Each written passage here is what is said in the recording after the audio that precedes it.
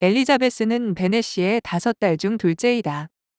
베넷 씨는 중산층이었지만 귀족은 아니었고 5딸들을 잘 키우긴 했지만 아들이 없었다. 18세기 영국에서는 한정 상속이라고 해서 아들이 없을 경우 가까운 친척에게 아들이 있다면 유산 상속은 그에게 돌아갔다.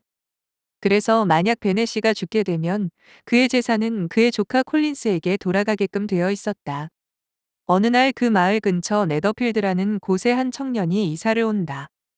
빅리라고 하는 그 청년은 잘생긴 데다가 매너도 좋았고 연수입은 4천에서 5천 파운드나 되었다. 그는 자신과 시집간 누나, 그리고 미혼의 여동생, 그리고 자신의 친구 다하시와 함께 왔는데 정착할 생각은 아니었고 집도 산 것은 아니고 빌린 것이었다. 빅리네 일가와 다하시가 이사 온 이후로 베네 씨가 살고 있는 마을은 떠들썩했다. 다들 잘생기고 돈도 많은 이 청년들을 사윗감으로 삼고 싶어 했다. 어느 날 빅리는 자신의 집에서 무도회를 열었고 마을 사람들을 초청했으며 그들 중 베네 씨의 딸들도 초대되었다. 첫째 딸인 제인은 아주 예뻤으며 빅리는 제인에게 반하고 만다. 둘째 딸인 엘리자베스는 제인만큼은 아니었으나 아름다웠으며 아주 똑똑했다. 다하시는 빅리 못지않게 재력가였으며 연수입은 10,000파운드나 되었고 그는 귀족인 캐서린 영부인의 조카였다. 그는 둘째 딸 엘리자베스에게 호감을 갖는다.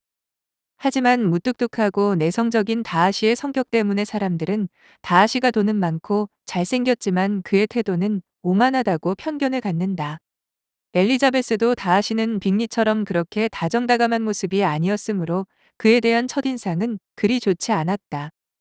무도회가 끝난 후 빅리는 제인을 만나기 위해 자주 베넷의 집을 방문하였고 베넷의 아내 베넷 부인은 굉장히 기뻤다. 어쩌면 첫째 딸 제인을 빅리에게 시집 보낼 수도 있을 거라는 희망 때문이었다. 빅리와 제인은 서로 잘 맞는 듯 했고 제인도 빅리 씨 집에 초대를 받아 놀러 갔는데 그날 비가 왔고 제인은 마차가 아닌 혼자 말을 타고 빅리 씨 집에 가다가 비를 흠뻑 맞고 감기에 걸려버린다. 빅리 씨 집에 간 제인은 감기를 앓으며 며칠 동안 고생을 했는데 그 소식을 들은 엘리자베스가 언니를 간호하러 빅리 씨 집으로 간다. 언니가 너무 걱정되어 마을을 가로질러 뛰어서 빅리 씨의 집에 도착한 그녀는 옷이 진흙투성이가 되었고 빅리의 여동생은 그 모습을 보며 조롱한다.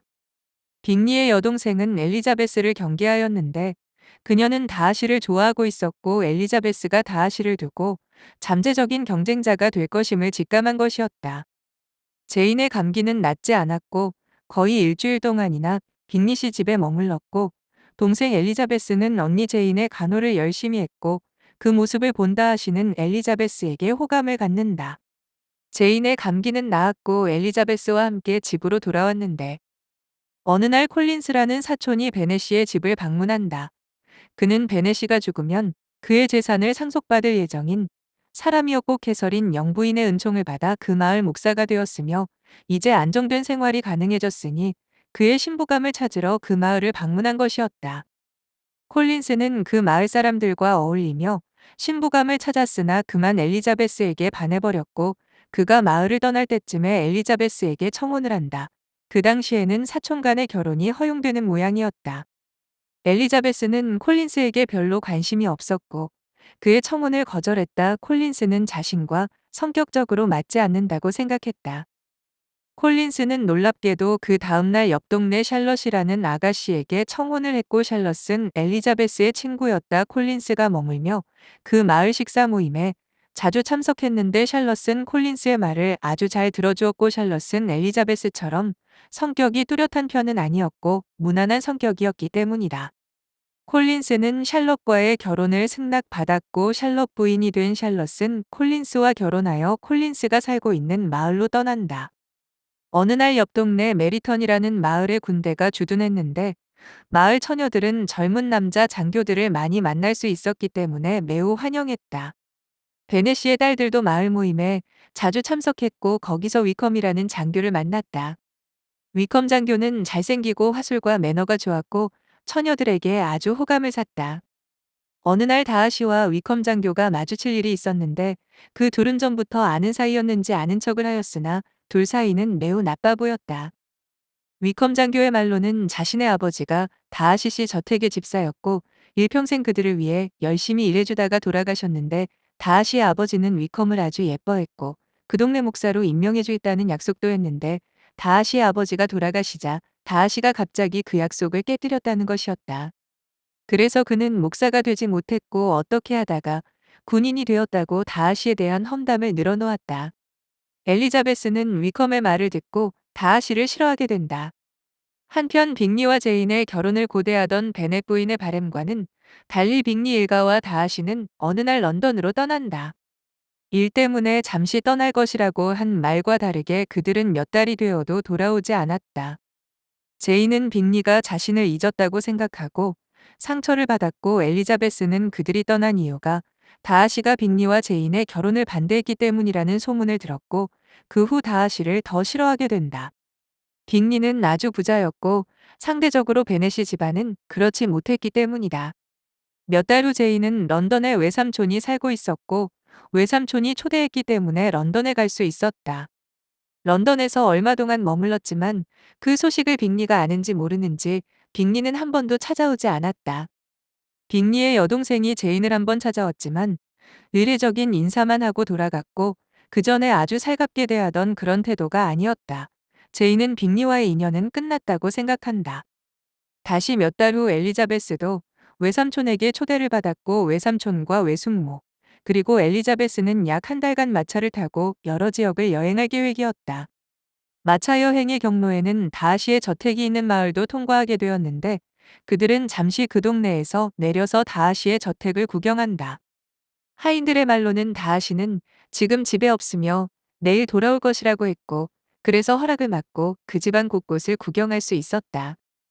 집은 매우 훌륭했으며 하인들은 다하시 주인을 아주 좋아했다. 하인들의 말로는 다하시 주인님은 매우 상냥하고 친절하고 항상 도와주었으며 지금껏 자신들에게 쓴소리 한 번 한 적 없다고 말했다. 자신이 알고 있던 다하시와 전혀 다른 평판을 들은 엘리자베스는 혼란스러웠는데 내일 온다고 했던 다하시와 그의 저택 앞에서 딱 마주치고 말았다. 일 때문에 조금 빨리 도착했다고 하는 다하시와 엘리자베스는 어색한 분위기였으나 의례적으로라도 인사치레는 해야 했기에 다하시의 저택에 들어간 엘리자베스는 다하시에게 갑작스러운 청혼을 받는다. 그동안 엘리자베스를 좋아했다고 말하는 다하시의 청혼을 엘리자베스는 거절한다. 그에 대한 불신과 미움이 채 가시지 않았기 때문이다. 다음 날 그 마을을 떠날 예정이었는데 저택 앞 오솔길에서 엘리자베스와 마주친 다하시는 그녀에게 장문의 편지를 쥐어주었고 그녀는 그 편지를 읽고 나서 놀라움에 빠진다. 그 편지의 내용으로는 다하시는 빅리와 제인의 결혼을 반대한 것은 사실이었으나 지금 와서 그것은 잘못된 판단이라고 후회하고 있으며 위컴과 자신의 불화 원인은 그가 아닌 위컴 때문이라는 것이었다. 다하시는 위컴에게 목사직을 수여할 생각이었으나 위컴은 별로 할 생각이 없었고 목사직을 포기하는 대신 다하시에게 3,000파운드를 받았다. 그리고 위컴의 생활은 방탕하고 낭비벽이 심했고 위컴의 빚을 다하시가 갚아준 적도 많았으며 더욱더 괘씸한 것은 위컴이 다하시의 여동생을 꼬드겨서 같이 야반도주를 하려고 했다는 것이다. 다하시의 여동생은 3만 파운드의 재산이 있었고 위컴은 돈을 목적으로 그녀를 꼬셨고 그들이 같이 도주하기로 약속했으나 중간에서 다하시가 다행히 막았다는 내용이었다. 그리고 외삼촌과 외숙모를 대하는 다하시의 태도도 매우 친절했으며 신분계급이 차이가 많이 남에도 불구하고 다하시는 그들에게 아주 친절하게 대했다. 다하시의 편지와 그들을 대하는 태도를 보고 엘리자베스는 자신이 다하시에 대해 잘못된 편견을 가졌던 것을 후회한다. 한편 그때 엘리자베스는 그녀의 집으로부터 속달로 편지를 받았는데 그녀의 막내 여동생 리디아가 위컴과 야반도주를 했다는 내용이었다. 엘리자베스는 너무도 충격을 받았으나 그 얘기를 듣고 다하시는 곧장 사라진다. 외삼촌과 외숙모, 엘리자베스는 남은 여행을 포기하고 집으로 돌아와 사정을 들었는데 위컴이 16살인 리디아를 꼬셔서 둘은 밤새 마차를 타고 런던으로 떠났다는 것이었다. 그리고 위컴은 낭비벽이 심해서 떠난 그 동네에 많은 빚을 지고 있었고 심지어 도박빚까지 있었다. 엘리자베스의 아버지 베넷이는 위컴과 그의 딸 리디아를 잡으러 런던으로 떠났고 베넷 부인은 상심한 나머지 알아누웠다. 그리고 남편이 혹시나 위컴과 결투를 벌이다 죽지나 않을까 걱정한다. 베넷시는 런던에 갔으나 그들을 찾지 못했고 어느 날 엘리자베스의 외삼촌이 런던에서 그들을 찾았다고 했다. 외삼촌은 위컴과 리디아를 찾았고 위컴이 떠난 동네의 채무를 다 갚아주었고 그 지역에서는 더 이상 군인 생활을 할 수 없으니 북부지방의 어느 정규군 장교 자리까지 알선해 주었다. 베넷시는 외삼촌에게 어떻게 하면 그 은혜를 갚을 수 있을지 걱정했고 그 채무를 갚아줄 만큼의 능력은 베넷시는 없었기 때문이다. 엘리자베스는 외삼촌 또한 그렇게 부자가 아니었으므로 뭔가 의아한 점을 느끼고 외삼촌에게 거듭 사실을 요구했는데 사실은 그 돈은 다하시가 갚아준 것이었다. 그리고 장교 자리를 매수해서 위컴에게 알선해준 것도 다하시였다. 그리고 위컴과 리디아를 수소문해서 찾아낸 것도 다하시였다. 다하시는 외삼촌에게 그 사실을 비밀로 해달라고 했으나 엘리자베스의 설득 끝에 그 사실을 알아낼 수 있었다. 다하시의 뒤 치닫거리로 인하여 리디아는 무사했고 위컴도 북부지방이 안정된 장교 자리를 얻었기 때문에 베넷시는 위컴과 리디아를 결혼시킨다.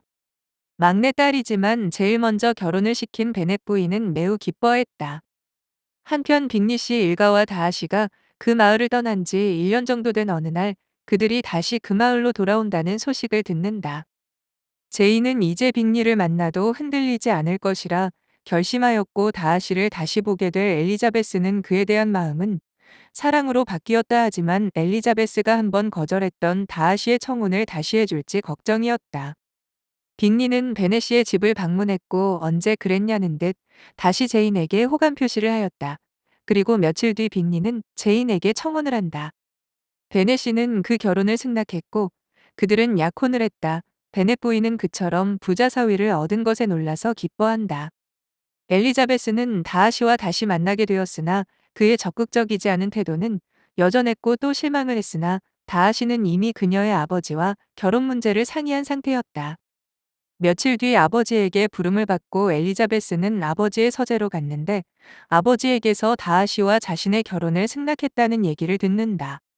이제 엘리자베스의 결정만 남았는데 그날 다하시의 이모이자 높은 계급의 귀족인 캐서린 영부인이 베넷이 집에 찾아온다. 캐서린 영부인은 이렇게 신분 차이가 많이 나는 집안끼리 어떻게 결혼할 수 있냐고 다하시에게는 자신의 딸과 결혼할 예정이었다고 이 결혼을 반대한다고 말했지만 엘리자베스는 신경 쓰지 않았다. 화가 난 채 돌아간 캐서린 영부인을 뒤로하고 엘리자베스는 다하시와의 결혼을 받아들인다. 엘리자베스의 결혼마저 성사된 베넷 부인은 겹경사에 뛸 듯이 기뻐했고 엘리자베스는 다하시와 결혼하여 그의 저택에서 살게 된다. 캐서린 영부인은 아직 화가 풀리지 않았으나 다하시와 엘리자베스의 꾸준한 노력으로 그들은 화해했고 행복하게 살았다.